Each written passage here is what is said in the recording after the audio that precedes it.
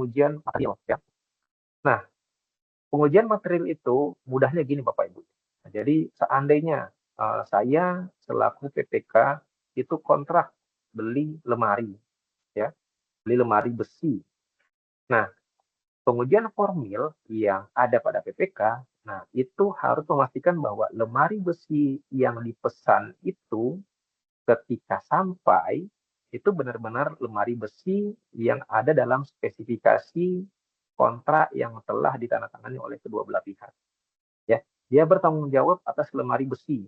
Misalnya dalam spesifikasi, oh ini nanti panjangnya sekian, panjangnya 10, lebar ya lebar 15, tinggi 80. Nah, dia bertanggung jawab atas kebenaran material panjang, lebar, dan tinggi tersebut. Mudahnya begitu. Nah, selain material, si PPK juga bertanggung jawab formil atas dokumen hak tagihnya, keabsahan ya di sini. Bahasa hukumnya keabsahan dokumen hak tagih. Nah, eh, pertanggungjawaban formil ini juga berlaku ke PPSPM. Yang membedakan PPK sama PPSPM adalah si PPSPM hanya bertanggung jawab secara formil. PPSPM bertanggung jawab untuk, wah bener nggak nih tagihannya 1 juta. Yang diajukan SPP-nya 1 juta. Kalau si PPK tadi, wah ini harganya 1 juta, panjang kali lebar kali tinggi, bener nggak?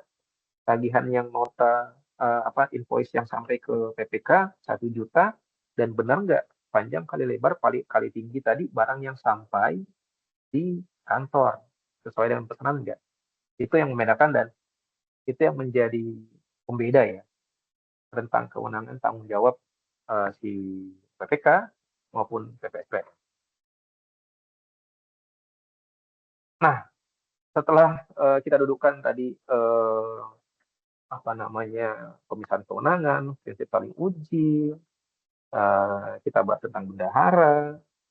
Setelah itu kita bahas agak detail ya, meskipun belum begitu detail. Nanti saya harapkan ada pertanyaan yang lebih detail terkait dengan yang telah kami paparkan tadi, khususnya pada SPP dan SPM. Nah, kita akan berbicara sedikit tentang kerugian negara ya. Tadi sudah kami antar bahwa ada pengujian formil dan material. Kenapa ini kami jelaskan? Karena ternyata sekian waktu berlalu ternyata APH yang mampir ke KPN itu tidak berkurang ya, malah terus bertambah ya. Ada kasus-kasus yang dimana KPN dimintai keterangan. Nah, ini materi yang terakhir. Jadi tentang kerugian negara. Jadi di mana kerugian negara itu muncul Bapak Ibu ya? Dia muncul di pasal 1 definisi ya, Undang-Undang 1 tahun 2004 tentang perbendaharaan negara. Nah, jadi kerugian negara adalah kekurangan atas uang, surat berharga dan barang yang nyata dan pasti jumlahnya sebagai akibat perbuatan melawan hukum baik sengaja maupun lalai. Nah, jika kita lihat lebih dalam di sini ada 3 unsur utama kerugian negara. Yang pertama adalah sebabnya Bapak Ibu ya. Sebabnya adalah perbuatan melawan hukum di sini, yang biasa disebut dengan niatan jahat atau mens rea ya, bahasa kerennya mens rea. Akhir-akhir ini sering kita dengar ya di media ya, mens rea. Itu perbuatan niat melawan hukum atau niatan jahat. Yang kedua itu ada akibat Bapak Ibu ya. Nah, sebab ini pokoknya saya jatuh ya. Kenapa saya jatuh? Saya jatuh karena saya jatuh karena saya berlari. Nah, di kerugian negara akibatnya apa? Nah, akibatnya perbuatan melawan hukum ini menyebabkan berkurangnya uang, surat berharga, dan barang. Dan yang ketiga, yang uh, paling penting bahwa dia harus nyata dan pasti, Bapak Ibu. Dalam hal ini, dia nyata dan pasti, artinya apa? Dia bukan merupakan potensi, tapi dia merupakan nilai yang telah incurred, ya, yang telah keluar dari kas negara yang itu dapat dihitung. Nah, di sini tadi ada Ibu informasi dari BPKP ya, biasanya yang menghitung kerugian negara sebagai mitra APH itu biasanya BPKP. Nah, jadi tiga unsur ini harus terpenuhi sehingga suatu perbuatan itu baru dapat dikatakan kerugian negara hanya jika terdapat sebab, akibat, dan sifat, yaitu sebabnya perbuatan melawan hukum, akibatnya dia mengakibatkan adanya berpulangnya uang, surat berharga atau barang, dan sifatnya itu nyata dan pasti atau dapat dihitung dan dia telah dipastikan keluar dari kas negara sebagai bentuk bayaran atas beban APBN. Nah,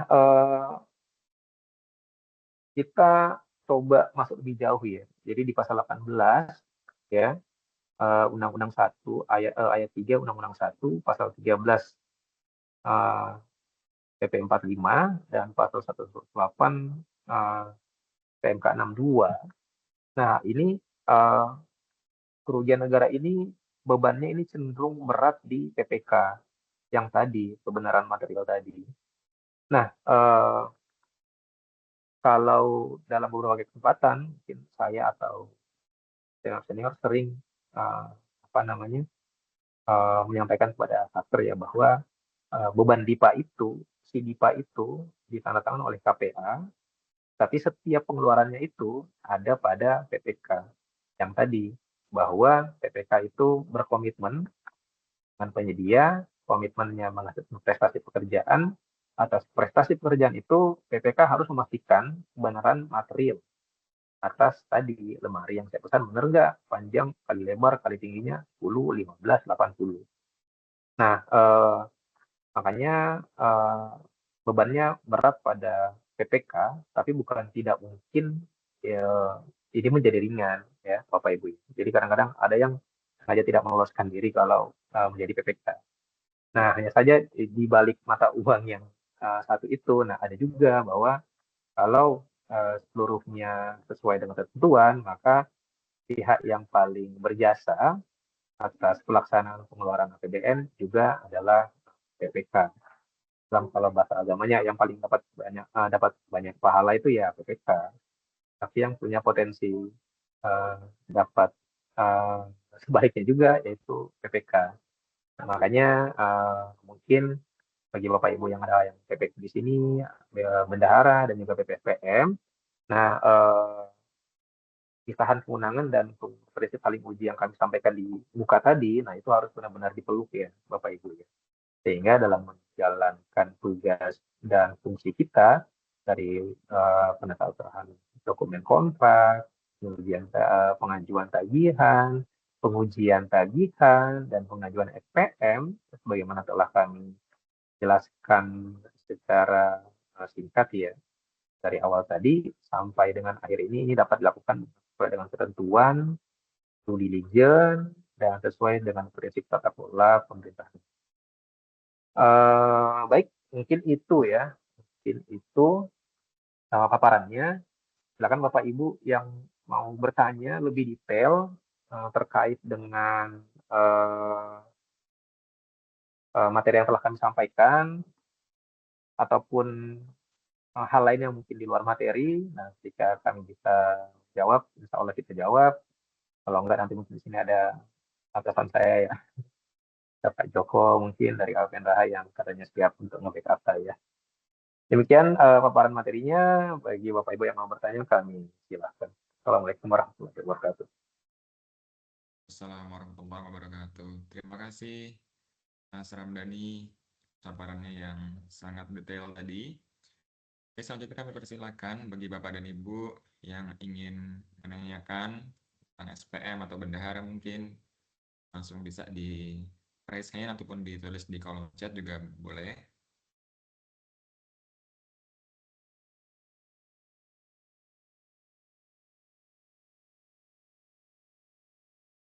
Baik, ada pertanyaan pertama mungkin dari Pak Amran. Ada Pak Amran, kami silakan Pak.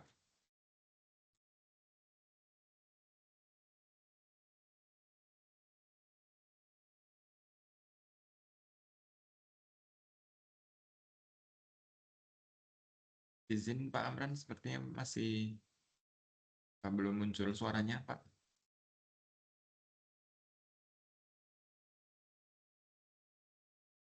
Di unmute dulu mungkin. Yes, ini masih belum terdengar Pak Amran.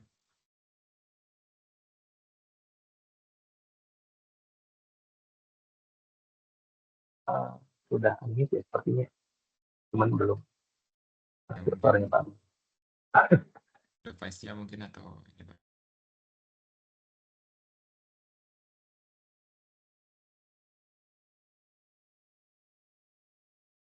Mohon izin Pak, mungkin sambil menunggu dicoba lagi bisa kami silakan kepada dari KPU Kenal Kepulauan dulu ya Pak ya. Izin Pak. Siap. Terima kasih Pak. Ya. Saya dari Setker 201304 KPU Kenal Kepulauan. Saya merupakan operator baru, operator sakti. Kemarin saya mau bertanya terkait pengajuan SPM uraiannya. Berdasarkan surat S166 tentang panduan pengajuan SPM, itu kan di bagian pengajuan SPM pembayaran langsung yang non kontraktual itu kan di uraiannya ada pilihan pembayaran belanja dalam kurung barang atau modal sesuai kwitansi, faktur atau invoice. Kemarin bukan itu. Kalau besar bukan itu, pakai yang sempat itu. saya mengajukan belanja modal Coba dengan anggaran 50 ke bawah. Awalnya saya mengacu di bukti dari toko. Di situ dijelaskan invoice. Pada saat saya tulis uraiannya pembayaran belanja modal sesuai invoice, nomor, tanggal, ternyata ditolak pihak KPPN. Disuruh perbaiki menggunakan kwitansi uraiannya. Pertanyaan saya, untuk pembelanjaan menggunakan kwitansi, faktur atau invoice itu apakah ada nilai batasan sehingga kita menggunakan, karena kemarin saya mengacu pada bukti pembayaran dari toko itu tertulis invoice, tetapi disuruh perbaiki harus kwitansi. Padahal di sini penjelasannya bisa dipilih salah satu menjadi dasar pembayaran.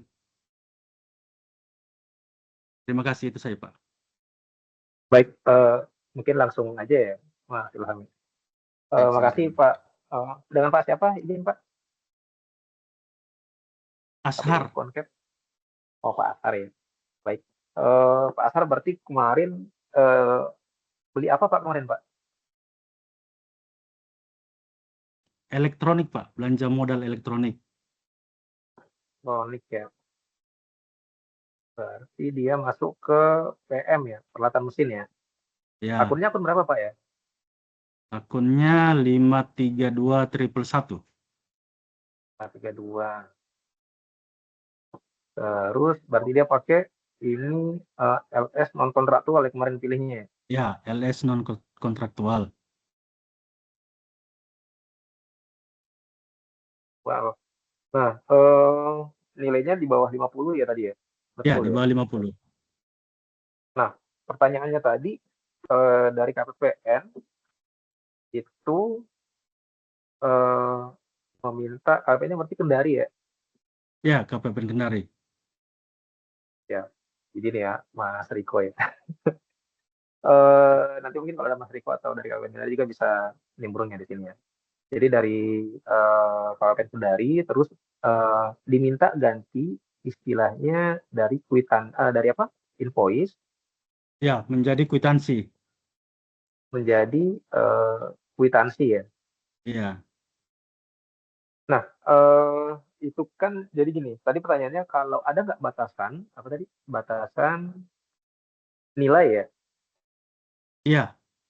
Untuk Nggak batasan kwitansi nilai. dia berapa nilai pengajuannya, invoice maupun faktur. Oke, Bang. Nah, ini kadang-kadang kita baik, makasih ya Pak ya, atas ininya. Kami coba menjawab ya. Nah, jadi kadang-kadang kita juga dipusingkan dengan istilah ya kadang-kadang ya. Bahwa ada kwitansi, invoice, dan faktur. Yang pasti untuk faktur biasanya faktur pembelian ya. Kenapa, Din? Hah? Nah, jadi kalau batasan untuk kwitansi ya, jadi setelah ada terbitnya PMK 62 ya, PMK 62, nah itu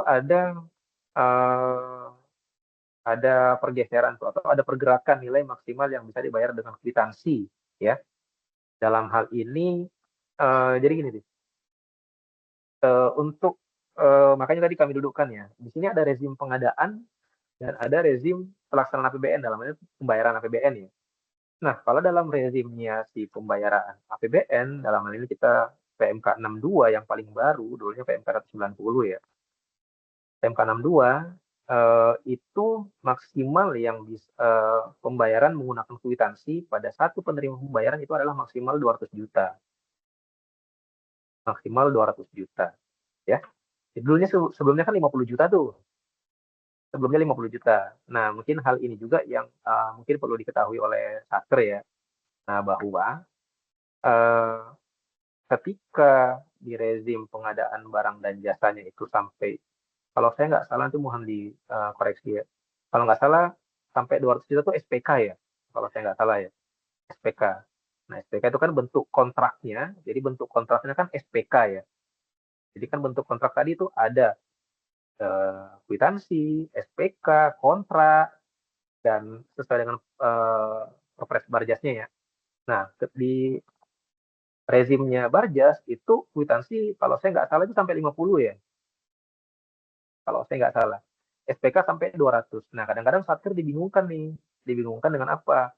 Nah, saya ada kontrak nilainya di atas 50. Saya pakai Barjasnya, saya pakai SPK. Saya berkontrak, saya bertanda tangan, saya terbitkan SPK-nya. Selesai, habis itu saya mau minta pembayaran ke KPPN. Apa yang saya lakukan? Nah, untuk rezim pengadaannya, ya, dia memang pakai SPK. Nah, hanya saja untuk rezim pelaksanaan APBN atau pembayarannya, dia bisa memilih Bapak Ibu. Dia mau pakai kwitansi, kalau sampai 200 juta, atau pakai kwitansi dalam ini UP ya, atau dia pakai LS, yang LS kontraktual atau non kontraktual. Mungkin itu dulu ya. Nah, jadi ada perbedaan memang dinilai besaran. Nah, ini yang mungkin kadang-kadang sampai ke bawah ke detail itu mungkin agak sedikit mungkin membingungkan ya. Jadi, nah itu yang makanya tadi kami dudukkan di depan di awal bahwa ada sampai saat ini ada masih ada perbedaan kalau nggak salah saya ya. Bahwa sampai 200 juta itu SPK di rezimnya Barjas, dan di PMK 62 yang paling baru, nah itu bisa pakai mekanisme UP. Nah, kalau tadi masuk lebih detail, mau pakai LS non kontraktual. Kalau pakai LS non kontraktual atau pakai pembayaran LS ya. Nah, berarti kan ini masuk jatuh masing-masing ke detail teknis pembayarannya. Ya. Cuman mungkin yang mau saya garis bawahi itu mungkin di besaran pembayaran yang tadi ya. Di besaran pembayaran yang tadi. Kalau istilah invoice atau di istilah kwitansi, nah nanti mungkin kita bagus duduk nih sama KPPN Kendari nih ya, bahwa penolakan itu. Cuman dalam hal pengujian SPM ya, itu KPPN dia tetap memiliki kewenangan untuk meminta Satker melakukan perbaikan ya. Tapi satu hal yang pasti bahwa batasan pembayaran yang tadi ini yang kadang-kadang membuat kebingungan sampai di level Satker ketika mengajukan SPM-nya ke KPPN ya. Jadi yang bisa kami pastikan di sini bahwa memang masih ada perbedaan di rezim Barjas dan di rezim pelaksanaan APBN yang kadang-kadang ini kita jadi bingung gitu. Nah, kalau bahasa gampangnya gimana Pak Pak Asar ya? Jadi kalau saya sebagai PPK ya, saya pakai SPK ya, terus 150 juta gitu kan. Nah, habis itu SPK-nya udah, saya udah BASP, udah selesai. Nah, di SPK itu ya udah saya taruh di laci saya untuk berjaga-jaga kalau ada pemeriksaan, dan itu memang kewajiban saya untuk menata usahakan nomen kontrak. Nah, ketika saya mau mengajukan pembayaran ke KPPN, saya bisa memilih apakah saya mau pakai LS atau saya mau pakai UP. Karena batasannya 150 itu masih dimungkinkan untuk pembayaran pakai UP. Mungkin itu dulu ya Pak ya, itu dulu mungkin ya. Nanti ketika masuk ke detail, nah itu nanti kita mungkin perlu duduk bareng untuk lebih dalam terkait dengan penolakan di detail. Mungkin itu semoga menjawab Pak ya. Terima kasih. Baik, terima kasih Mas Ramdhani, terima kasih Pak Ashar. Berikutnya kepada Pak Amran. Apakah sudah bisa, Baik. Pak? Udah bisa nih Pak Ahmad.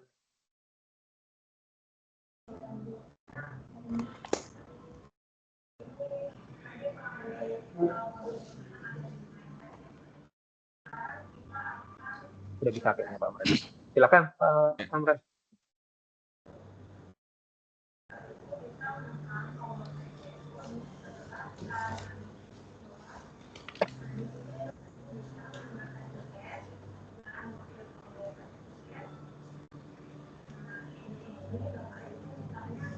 Komisi Pak Amran, apakah sudah bisa menyampaikan pertanyaannya?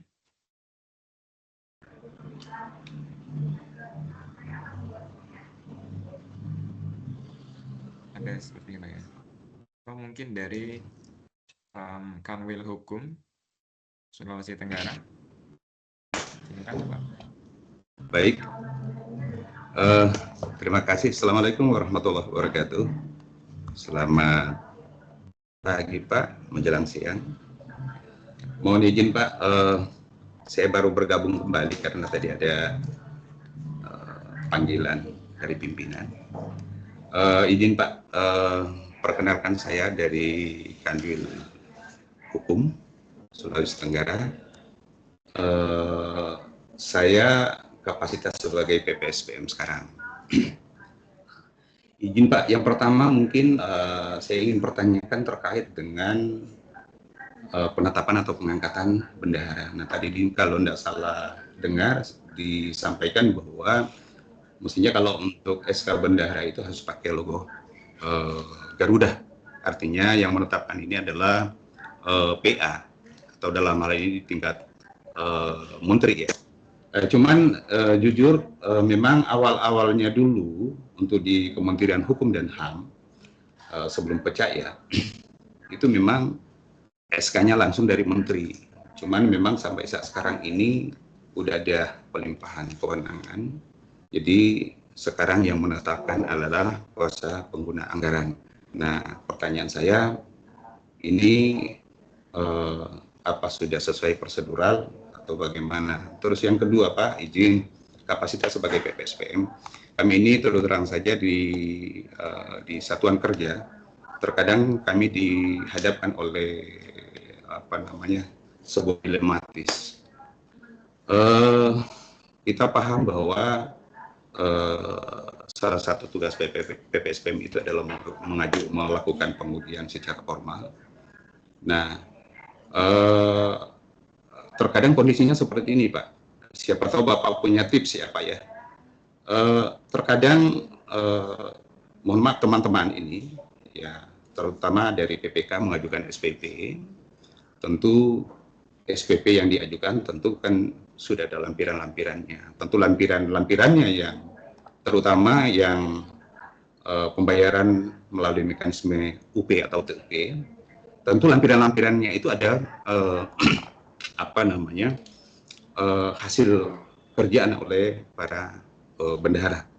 Tentu bendahara di dalam melakukan pembayaran terhadap pihak-pihak yang sudah direkomendasikan oleh PPK melalui SPBY, ini terkadang menurut kami sebagai PPSPM itu terkadang masih ada kurang lengkap, terkadang pembubuhan atribut tanda tangan belum dilakukan, stempel juga, notanya juga terkadang masih kurang. Nah, satu sisi mereka mengajukan misalkan di Euritime pas jatuh tempo, misalkan terakhir ya, pas jatuh tempo pengajuan nihil atau pengajuan GUP atau penggantian UP. Nah, satu sisi kami mau menolak, memberikan untuk diperbaiki, tapi kita berbenturan dengan ada instrumen yang dibuat oleh Kementerian Keuangan untuk mengukur kualitas pelaksanaan anggaran, ya, terutama dia akan berpengaruh masalah IPA ya, indikator kinerja pelaksanaan anggaran. Ketika kita tidak mengajukan atau kita tidak OTP, ini kan pasti rusak, Pak. Bobot di pengelolaan UPT-UP itu pasti berpengaruh. Yakin itu pasti berpengaruh. Satu sisi juga kami mau OTP, ini hal prinsip. Kalau memang misalkan syarat-syarat pertanggungjawaban keuangannya belum lengkap. Nah ini kan kami dihadapkan satu dilematis. Siapa tahu misalkan ada tips-tipsnya Bapak yang bisa diberikan kepada kami, pengalaman-pengalaman, mana tahu ini bisa kita diterapkan di Satker biar lebih pertanggungjawaban keuangan lebih valid lagi. Saya kira itu Pak yang dapat saya sampaikan. Terima kasih. Assalamualaikum warahmatullahi wabarakatuh. Assalamualaikum. Terima kasih Pak Lapoku. Silakan Mas Ramdhani. Baik. Ternyata tadi mic-nya nggak bunyi, pertanyaannya susah. Baik, kami coba jawab ya Pak Amran. Terima kasih pertanyaannya. Tadi Pak Amran menanyakan dua hal ya. Dua hal, yang satu terkait dengan administrasi penetapan bendahara ya. Yang kedua, kemudian bercerita tentang dilema. Ya. Yang kedua dulu, dilema ini berarti Pak Amran nggak sendirian Pak. Ya, dengan Pak Lapoku Pak. Ya, Pak Lapoku, siap, Pak Lapoku, Pak. Pak Lapoku nggak sendirian Pak. Ya, nggak sendirian. Kita kadang menerima curhatan seperti ini di Satker, ya, beberapa Satker yang pribadi sebagai CSO. Baik, untuk yang pertama dulu ya Pak ya. Untuk yang pertama dulu terkait dengan PPSPM ya, terkait dengan PPSPM. Nah, di ketentuannya itu jadi kalau kita baca PM, apalagi Pak Lapoku ini di Kanwil Hukum ya. Nah, kita kalau mau menerbitkan aturan hukum harus ke Kanwil dulu ya. Untuk proses legal drafting dan macam-macam ya. Dulu saya pernah di DSP Pak. Jadi kita sering keras guna dulu. Nah, jadi terkait dengan itu Pak ya, terkait dengan bendahara. Nah, tadi udah kita dudukkan ya. Jadi si bendahara ini dia bertanggung jawab secara formil. Nah, tadi yang Pak Lapoku bilang bahwa dulu di Kumham ya, bahwa memang betul ditetapkan oleh menteri ya. Nah, tapi sekarang sudah didelegasikan. Nah, mohon izin, dari dulu memang sudah diatur Pak untuk pendelegasian ini ya. Jadi ketika menteri menetapkan itu betul sekali ya. Nah, tetapi kepala satuan kerja itu juga bisa menetapkan atas nama menteri ya. Ini memang sudah bunyi Pak dari dulu. Nah, jadi yang membedakan itu ketika kita di KPPN menerima, jadi kadang-kadang kalau yang diajukan ke KPPN kan itu sebenarnya SK pendaftaran sakti aja ya Pak. Oh iya. Seharusnya ya, SK pendaftaran sakti. Nah, SK untuk bendahara PPSPM itu kan kita bilang itu hal yang lain ya Pak ya. Nah, cuman kadang-kadang juga Satker dipusingkan atau dibingungkan dengan itu. Cuman oke lah ya. Nah, cuman untuk SK bendahara, nah bendahara itu diangkat oleh PA Pak, oleh menteri. Dalam hal ini kalau menterinya mendelegasikan, itu sudah diatur juga dari PP 45 sampai PMK 62 yang terbaru ini, bahwa memang atas nama kepala Satker, atas nama menteri. Mungkin pembeda utamanya itu bukan di KPA Pak. KPA, nah, jadi KPA itu tidak otomatis kepala Satker Pak. Jadi gini, jadi kadang-kadang kan kita menyamakan antara KPA dan kepala Satker, ya. Nah, cuman kepala Satker dalam hal ini itu dia bukan sebagai KPA Pak, tapi dia sebagai kepala unitnya Pak, kepala Satkernya. Nah, jadi makanya ketika dia bertanda tangan di situ di bagian penandatangan itu atas nama Menteri Hukum, Kepala Satuan Kerja bla bla bla bla. Nah, bukan atas nama Menteri Hukum, kuasa pengguna anggaran, bukan itu Pak. Jadi karena Kepala Satker dengan KPA dia dua hal yang berbeda meskipun banyak samanya Pak. Nah, jadi di bahasa ketentuannya itu adalah atas nama Menteri Hukum, kepala satker A. Kantor wilayah. Ya, ya. Nah, ini juga mungkin akan lebih jelas ketika kita berbicara di masalah-masalah SK jabatan, SK ini. Nah, itu kan bukan KPA, Pak. Iya. Dia adalah pimpinan satker, Pimpinan satker. selaku kepala satker. Nah, biasanya kan ada atas nama atau di bawahnya. Atau atas nama, untuk beliau, ada macam-macam ya. Nah, dalam hal ini atas nama, Pak, kalau di ketentuan di PMK 62 dan di PP 45 ini. Jadi itu aja. Jadi kenapa kita membedakannya tuh, oh ya, Kop Garuda yang PPK PPTM dia kuasa pengguna anggaran. Nah, dia memang betul-betul membantu tugas pelaksanaan di KPA. Nah, tetapi si bendahara ini dia atas nama menteri dan dia bertanggung jawab secara fungsional kepada kuasa bun di daerah. Kuasa bun. Menteri Keuangan di daerah kepala KPPM. Mungkin itu Pak ya, yang pertama Pak ya. Siap, makasih. Pak ya. Siap. Untuk yang kedua Pak, dilema. Wah, ini. Jadi dilema gini, jadi Pak ada dilema, mungkin garis besarnya antara IKPA dan prinsip Pak ya. Siap. Itu tata kelola keuangan. Nah, mungkin sebelum masuk ke situ ya, saya akan bawa ini ke titik yang ekstrim ya Pak ya, titik ekstrim.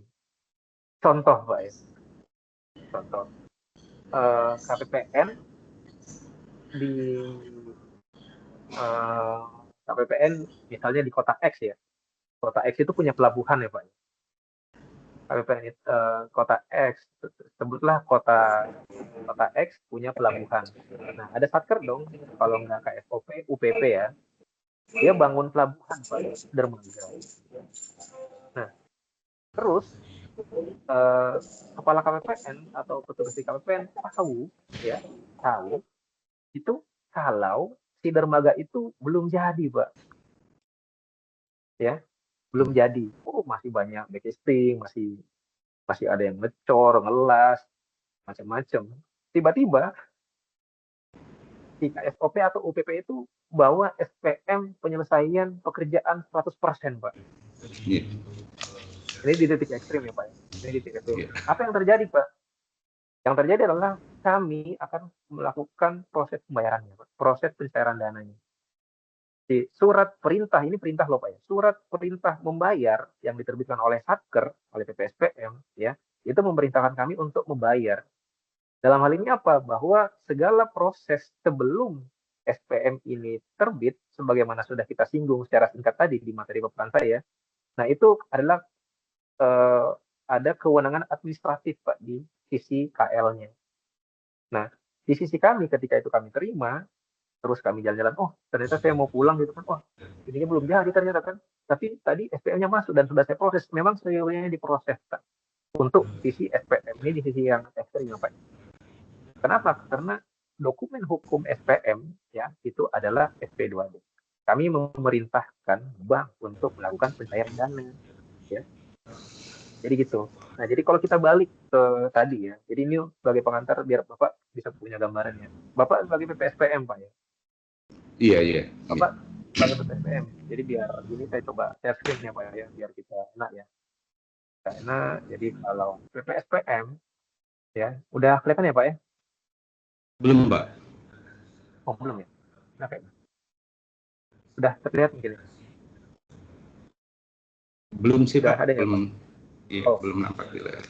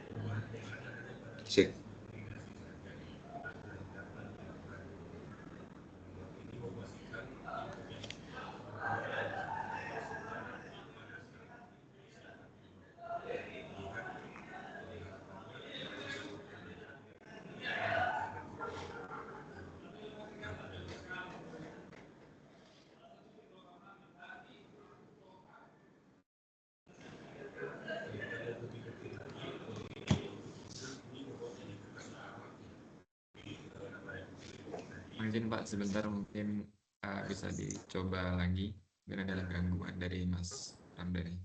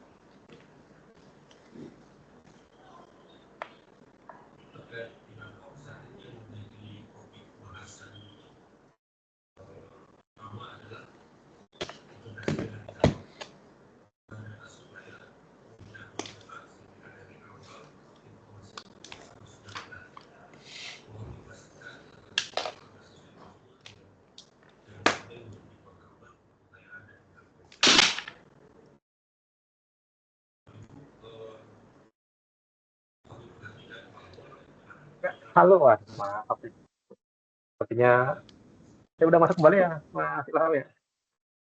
Oh iya, siap Mas Siap. Ramdhani. Tadi kayaknya di udara ada angin yang cukup ini lewat tadi sehingga sinyal kami terbang juga bersama angin tadi. Mohon maaf ya, kami lanjutkan ya Pak Lapoku ya. Siap Bapak. Baik, tadi udah nyampe ke cerita ekstrim KPPN ya dalam hal terbitin SP2D ya. Nah, ini kalau kita bawa ke PPSPN ya, tadi saya mau share screen ya. Pada saat saya mau share screen tadi tiba-tiba hilang. Sudah terlihat mungkin ya Pak ya? Ya, sudah. Share screen saya Pak. Iya. Siap. Oke, baik. Nah, jadi ini di sini di paragraf 2 ya, pasal 225 ini ada pengujian SPP dan penerbitan STM ya. Nah, ini pengujian bagaimana dimaksud ya. Nah, itu yang pertama kelengkapan dokumen pendukung SPP Pak. Kebenaran dan keabsahan tanda tangan. Kebenaran pengisian format. Yang paling penting ini ketersediaan pagu ya. Kebenaran formal Pak. Nah, tadi pertanyaannya ya salah satunya sini kebenaran formal bukti yang menjadi persyaratan atau kelengkapan pembayaran ya, kebenaran perhitungan tagihan. Nah, mungkin kita masuk dulu di poin 2 ayat 2 huruf E ini ya. Kebenaran formal bukti yang menjadi persyaratan kelengkapan pembayaran. Kalau misalnya tanda tangannya nggak ada Pak ya, nah dia masuk ke sini Pak ya. Kalau kelengkapan si SPP itu kan Bapak melakukan pengujian atas SPP ya. Kalau misalkan tanda tangan yang nggak ada, nah berarti dia masuk ke sini dan Bapak seyogyanya tidak melanjutkan proses pengujian Pak. Ya, oke. Nah, Iya. satu tadi apa lagi Pak ya? Perhatian Pak ya, masalahnya. Kalau tanda tangan itu agak jelas Pak. Cuman kadang-kadang lampiran atau apa. Nah, ini kita harus masuk lebih dalam ya di masing-masing SPM-nya, momennya SPM UP ya. Nah, berarti kita harus menghubungkan juga ya. Kita harus menghubungkan di lab pengujian oleh PPK-nya, Pak. Nah, berdasarkan SPB yang diterbitkan PPK, bendahara oh enggak ini bendaharanya kan. Oke. Di bendaharanya itu yang tadi kelengkapan SPP-nya ya. Ini ketersediaan dana, kesesuaian spesifikasi, ketepatan penggunaan klasifikasi anggaran ini dia detail sampai 6 digit akun ya. Nah ini, jadi selain Bapak, nah itu sebelum tagihan itu sampai ke Bapak ya, nah dia itu ada kewenangannya PPK sama si bendahara Pak. PPK nerbitin SPBY, bla bla bla bla bla juga ada di atas, nanti kita lihat juga di PMK 60 ya, atau mungkin nanti Bapak bisa cek ya. Nah, terus si bendahara atas SPBY dia melakukan uji ini. Nah, selanjutnya ini nanti akan dilampirkan sebagai salah satu kelengkapan. Nah, yang poin yang mau saya sampaikan adalah, nah Bapak nanti melakukan pengujian yang ini. Kalau kebenaran formal tadi tanda tangan nggak ada, berarti Bapak seyogyanya tidak melanjutkan proses Pak, karena dia formil tanda tangannya nggak ada. Cuman kalau kecurigaannya, wah ini nih apa namanya, apa nih, banyak lah ya Pak ya, Bapak. Iya. Mungkin Termasuk internal kita Pak. bisa sama-sama menyelesaikan. Betul Pak ya. Nah itu. Nah cuman kalau si kelengkapan formal ini, kalau tanda tangan sih itu agak nggak absah Pak jadinya, karena absah tidaknya dokumen itu dibuktikan dengan tanda tangan atau capnya nih, tanda tangan Masih elektronik. bisa. Selain itu oke sih Pak, karena secara formalnya melewati si pembuatan SPDY, terus pembuatan kwitansi, baru nyampe ke Bapak untuk nanti kan ini udah DRPP, nanti akan dibikinkan SPM ya untuk GU ya. Nah, selain itu menurut saya oke Pak. Itu yang pertama ya. Yang kedua, bagaimana menyikapi dilema antara IKPA dan ketika prinsip misalnya tanda tangan tadi nggak ada, ini harus kami dudukkan. Kalau dari kami Pak ya, karena IKPA ini menyebabkan apa ya? Gonjang-ganjing ya Pak ya. Gonjang-ganjing atau ada stres yang menular dari tingkat menteri sampai tingkat pengelola anggaran di Satker, bahwa IKPA harus bagus ya, harus bagus. Nah, cuman IKPA ini satu hal ya Pak ya.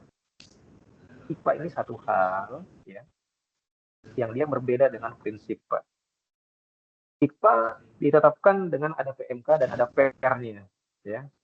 Nah, hanya saja prinsip pengujian ini itu bunyi sejak Undang-Undang 1 Pak. Tahun 2004 tentang perbendaharaan negara. Dia turun di PP 45 tentang pelaksanaan PP 45 terakhir PP 56 atau nggak salah, bagaimana terakhir diubahnya.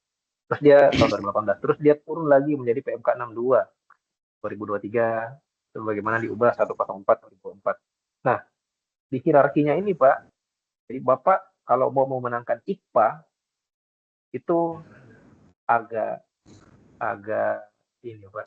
Jadi kalau kita dudukkan, harusnya Bapak mengedepankan prinsip pengujian ya, dibanding dengan untuk mengejar IKPA.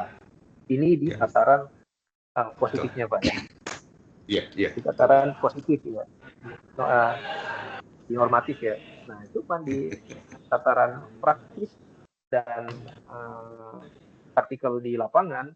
Nah, mungkin ini mungkin yang bisa saya sarankan mungkin ya Pak. Jadi kalau di kami ya, jadi setiap bulan itu ada namanya rapat evaluasi pelaksanaan anggaran Pak. Nah, itu kita untuk ya dipimpin oleh Kepala Satker, ini kami di Kepala KPPN. Nah, setiap bulan itu kami melakukan monitoring Pak. Kacamatanya atau alat ukurnya pakai IKPA Pak. IKPA kan alat ukur ya Pak. Alat ukurnya IKPA. Nah, di situ kita akan mengalign, akan menyesuaikan apa-apa nih teknis, mana teknis perencanaannya bla bla bla bla. Oke, ini bendahara, keuangan, PPK, ini perencanaannya begini. Nah, di situ akan si pimpinan Satker dengan kemampuan manajerialnya akan coba untuk mencari solusi yang win-win antara si teknis dan si pengelola keuangan. Nah, di situ. Jadi itu dulu Pak yang pertama, mungkin itu sering atau mulai untuk rutin atau kalau sudah mungkin bisa ditingkatkan kualitasnya, mohon izin ya Pak ya, ditingkatkan kualitasnya dalam hal apa? Dan hal Bapak ngobrol tentang hal-hal yang seperti ini, ya, supaya ini menjadi perhatian pimpinan bahwa dalam ketergesa-gesaan kadang-kadang kita menyalahi prinsip, ya. Dan jangan lupa KPA itu dia bertanggung jawab secara formil dan material atas setiap dokumen hingga pembayaran pelaksanaan anggaran. Sebelum kita bicara masalah PPK dan PPM, KPA dulu yang bertanggung jawab di atas Pak, itu baru nanti didelegasikan, dan dia tidak bisa melepaskan diri dari itu. Jadi kalau saran kami di manajerial itu dikuatkan Pak. Jadi coba untuk hal-hal seperti ini kita explore, dan Bapak dengan negosiasi mungkin bisa untuk mulai membuat perubahan-perubahan yang kira-kira dapat ke arah perbaikan Pak ya. Khusus untuk itu, jangan tergesa-gesa aja. Kedua, IPA itu kalau ditabrakkan dengan prinsip pengujian, IPA harus minggir Pak. Ya, meskipun itu di tataran normatifnya Pak ya. Nah, di tataran teknisnya itu artinya kita butuh negosiasi. Tidak mudah Pak jawabnya Pak. Monggo Pak, silakan Pak, ada tanggapan Pak. Iya, sebetulnya memang kemarin saya juga ada pengalaman sedikit Pak. Sebetulnya kalau saya juga kan memang dari tahun 2003 Pak sudah jadi pengelola keuangan. Oh, siapa? Terus 14 tahun saya jadi Kasubag Keuangan. Lalu sekarang ini saya jadi APK APBN Pak. Karena kementerian kami kemarin itu terjadi likuidasi permisahan antar beberapa kementerian sehingga di tataran eselon 4 itu ditiadakan. Dalam pelaksanaan tugas saya sebetulnya saya juga orang tidak memahami sedikit masalah substansi pelaksanaan anggaran. Cuman ada memang hal-hal yang prinsip yang saya tidak bisa tolerir. Kemarin juga sudah saya berhitung ketika misalkan saya nolak untuk tidak OTP, kendati pun risikonya dari APBN harus memblokir saya punya akun PPSPM, tapi ada sesuatu hal yang prinsip yang tidak bisa saya, mungkin kalau hanya atribut pembubuhan tanda tangan itu kan masih bisa kita atur lah, mungkin belakangan masih bisa, tapi ada hal-hal yang secara syarat pertanggungjawaban keuangan yang tidak terpenuhi sehingga saya mengambil kesimpulan untuk ya udahlah kita tunda aja dulu, diperbaiki persoalan mungkin IPA kita kanan palingan 0, sekian di pengelolaan UP, palingan bobotnya turun sedikit aja Pak. Ya. Jadi terima kasih Pak atas pencerahannya. Mudah-mudahan ke depan saya semakin dewasa dalam pengelolaan keuangan. Terima kasih Pak. Siap. Ya, siap mungkin tambah sedikit untuk UP Pak ya. Untuk UP, kalau telat sekali UP itu bisa ditutupi Pak sebenarnya. Nanti nilainya bisa jadi 99,999 dengan Bapak mengintensifkan GUP Pak. 50% Bapak GU, 50% Bapak GU, 50% Bapak GU, sehingga nanti nilainya akan mendekati 9999. Nah, itu nanti di akhir tahun, di ujung nanti itu akan tetap komponen IPA-nya bisa tetap jadi 100 Pak. Iya, cuman izin Pak. Karena yang kalau untuk pengelolaan UP itu kan ada 3 parameter Pak. Yang pertama mungkin komitmen kita untuk bisa reporting di setiap 1 bulan. Betul, Pak. Betul. Terus yang kedua itu ada sisa UPT-UP yang disetor sebelum 2 hari jatuh tempo. Kemudian yang ketiga ini Pak itu yang ini Pak, jumlah UP yang di reporting itu upayakan saya selalu berusaha menghindari yang 50%-nya Pak. Apalagi kalau sudah melewati 15 hari kerja. Jadi saya upayakan supaya full. Tapi kalau memang belum lewat 15 hari kerja masih boleh lah kita rekrut. Betul Pak. Betul sekali. Siap Pak. Nah itu. Siap. Kita bisa sedikit cerita kalau ada yang berhasil Pak, ada yang berhasil untuk mengangkat UP karena sekali terlambat. Nah dia itu di persentase disebulankan itu dikejar 50 terus. Nah, yang sisa UP dijaga-jaga. Kalau ada antara UP dan TUP, habisin dulu TUP-nya, Pak. Karena TUP-nya penggaliannya cukup. Oke, baik. Terima kasih, Pak. Terima kasih, Pak. Izin. Senior kami, Pak. Ya, terima kasih, Pak. Sama-sama. Sama-sama. Baik, terima kasih Pak Lapoku. Terima kasih juga Mas Ramdhani atas tanggapannya. Izin ini ada beberapa pertanyaan di kolom chat, Mas, yang kami bacakan. Yang pertama dari Satker 694055. Apabila kami mengajukan SPMLS kontraktual yang sudah lewat bulannya, apakah harus di add tanggal Karwas dulu, Pak? Misal di Karwas 29 November, tapi baru mau diproses untuk pencairan di awal Desember. Seperti apa arahannya, Pak? Yap, oke, terima kasih. Ini persoalan klasik dari KPPN ya. Mungkin KPPN nanti akan ada yang berbeda ya, akan ada yang berbeda terkait penanganannya, dan ini seringkali kita dibenturkan ya. Akhir ya, mohon maaf ya Bapak Ibu ya. Nah, cuman memang ada beberapa kewenangan itu yang memang masuk dalam ranahnya KPPN, termasuk dalam pendaftaran data supplier dan data kontrak ya. Nah, terkait dengan pendaftaran data kontrak adendum ya. Kalau di Karwas tanggal 29, ini seyogianya ya dilakukan adendum aja. Karena adendum itu pun prosesnya kan nggak rumit ya Bapak Ibu. Bapak Ibu tinggal centang adendum terus, tapi ini dulu ya, memang diproses dulu dokumennya, habis itu Bapak centang adendum, terus nanti tinggal OTP, nanti terus masuk jalur pembayaran yang baru. Seyogianya begitu Bapak Ibu, dan kami yakin di beberapa KPPN juga seperti itu. Nah, cuman tidak menutup kemungkinan juga ada beberapa KPPN yang tidak begitu ya. Oke, karena dalam ini kalau di masalah agama ini ada ikhtilaf ya. Kadang-kadang gitu di tataran teknis ya. Cuman pada prinsipnya itu baiknya itu diajukan adendumnya terlebih dahulu untuk sebelum diajukan pembayaran. Nah, jadi itu kan sebenarnya sudah ada rentang waktu yang cukup yang sangat luang ya, dari penyelesaian pekerjaan atau penyelesaian progres sampai dengan pengajuan tagihannya ya. Nah, jadi harusnya itu bisa mitigasi dan minimalisir. Toh kalaupun terjadi, ya jawaban dari saya ya silakan diadil. Baik, itu mungkin yang selanjutnya ya, mungkin lanjut aja ya. Saya kemarin mengajukan SPM UP PNBP. Apa bisa saya ajukan pengajuan UP misalnya di bulan yang sama tanpa menunggu di bulan berikutnya? Terima kasih. Ya. Terkait dengan SPM UP, ya Bapak Ibu. Bapak Ibu ajukan SPM UP jam 8 teng, Bapak tekan kirim SPM-nya ke KPPN. Habis itu nanti mungkin 1 jam atau berapa jam nanti closing masuk ke rekening. Bapak langsung pakai belanja di GPay, bla bla bla, duitnya habis, Bapak bikin kwitansi, RPP di hari yang sama, sebelum masa penutupan SPM jam 3 nanti selesai prosesnya, bisa Pak. Bahkan 3 kali bisa, 10 kali bisa Pak. Yang penting duitnya masih ada, jadi nggak apa-apa. Ya, kalau ini MP berarti PNBP terkait dengan MP juga ya.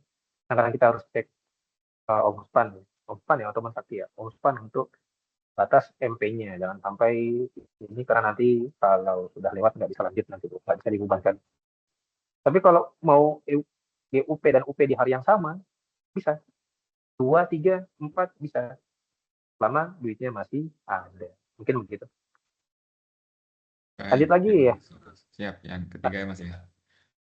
Juwanda Ahmad Yani Bepom, izin bertanya terkait perekaman SPP. Itu kan menjadi tugas operator pembayaran. Sedangkan PPK, PPSPM tidak bisa mengambil peran sebagai operator tersebut. Betul. Pegawai di bagian keuangan yang paling memungkinkan untuk mengambil peran tersebut sebenarnya siapa ya Pak? Fungsional keuangan yang lain juga kadang keberatan mengambil peran tersebut karena tidak ada dalam isi mandatori fungsional APBN. Nah, ini ada nih sebenarnya nih. Nah, jadi kan itu PPK bisa dimungkinkan ya untuk mengangkat beberapa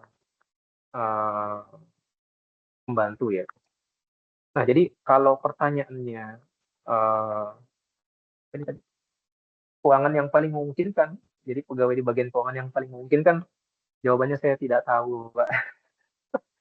Itu yang pertama, mohon maaf ya, karena saya pertama tidak struktur, uraian jabatan, dan lain sebagainya. Nah, cuman yang bisa menjadi bekal adalah bahwa ya, meskipun si PPK dan PPSPM itu tidak dapat melakukan perubahan atau modifikasi pada modul disaktinya ya. Nah, dia tuh jadi kalau jadi PPK tuh sebenarnya ruang batasnya, saya cuma bisa validasi aja gitu kan. Saya mau dong itu. Nah, tapi Bapak kan bisa melihat semua dokumen itu.